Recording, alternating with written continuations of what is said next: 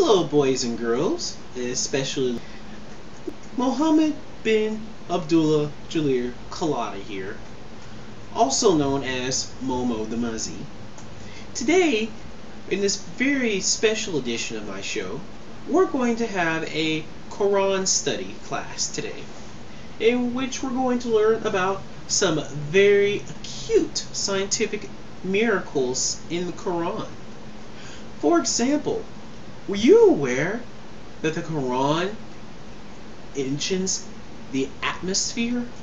That is correct. The Quran mentions the atmosphere.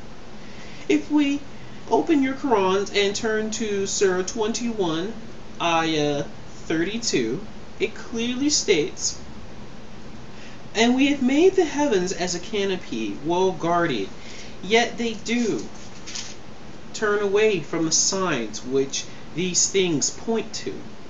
So see, the Quran talks about the atmosphere because canopy, canopy, that's the atmosphere, and they couldn't have known that 1400 years ago. Not convinced? Well, if you need even more proof, let's go to Surah 67, Ayah 3. It says, "He who created the seven heavens, one above another, no want of proportion, wilt thou see in creation of Allah, most gracious, so those thy vision again, seest thou any flaw?" So see, 7 layers, it's clearly talking about the atmosphere, because if we look here in my notes, the 7 layers of the atmosphere are the troposphere, the stratosphere, the mesosphere, the thermosphere, the exosphere, the ionosphere, and the magnetosphere. See? 1, 2, 3, 4, 5, 6, 7, just like it's stated in the Quran. Yet another miracle of the glorious Quran. Hold it, hold it, hold it. Who are you?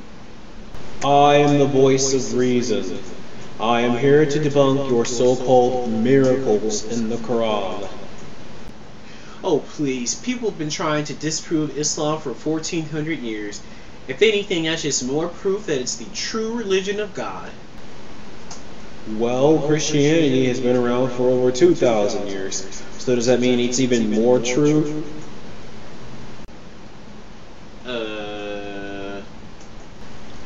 So, back to your scientific miracles. The Quran does not talk about the atmosphere. I just showed you the verses, you stupid kafir. Yeah, well, let's go to 67.3, shall we? First off, that's just one translation of that verse. And two, if we look at the tafsirs, which were written by Muslim scholars that live closer to the time of Muhammad, and tell us what the verses actually meant, we get a different story. For example, Tafsir bin Abbas states, "And we have made the sky a roof, for the earth withheld from them, such that it does not fall. It is also said this means it is protected from the Satans by the stars. Yet they, i.e. the people of Mecca, turn away from them. They do not believe nor reflect upon its portents, its sun, the moon, and stars." But that's just one interpretation. True, but if we look at the major tafsirs, not a single one indicates that this verse is talking about the atmosphere, and it's consistent with other verses in the Quran. Oh yeah? Well then how come the Quran talks about 7 layers of the atmosphere? I mean, if we look at 67.3, it states... How important is it to take a verse in context? Very important, duh. Right, so read the verses right after the ones you just mentioned. Okay, fine, I can do that.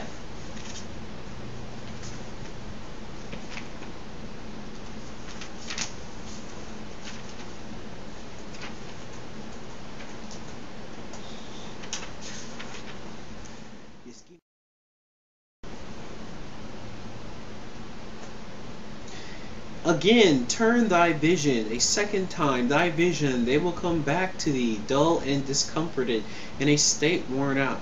And we have from old adorned the lowest heaven with lamps, And we have made such lamps as missiles to drive away the evil ones, and have prepared for them the penalty of the blazing fire.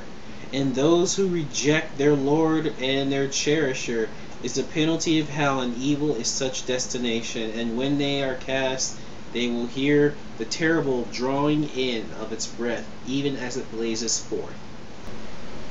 So do you still want to assert that this verse is talking about the atmosphere, or is it instead a profound scientific error and demonstrates the superstition that the Quran's author embraced?